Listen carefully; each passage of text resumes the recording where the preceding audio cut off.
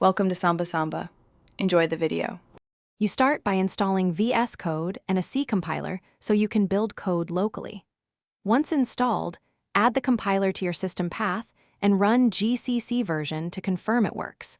Then install the Microsoft C/C++ extension and a runner extension to speed iterations. Make sure VSCode recognizes the compiler.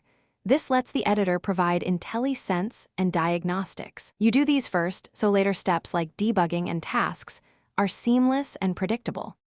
You now create a project folder and add main. C, open that folder as a workspace. Next, create a tasks.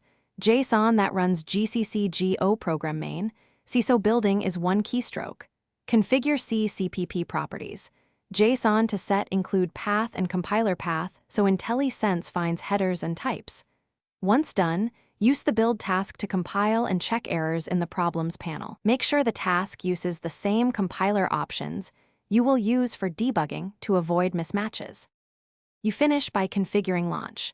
JSON to use GDB or LLDB and point the program to the compiled binary. That enables breakpoints and step controls. Run the debugger, set breakpoints, step into functions, and add watch expressions to inspect variables.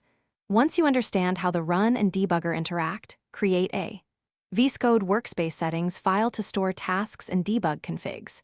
If things go wrong, first verify the compiler is on path, compiler flags match, and see CPP properties. JSON include path is correct. Thanks for watching. Consider subscribing if we helped you.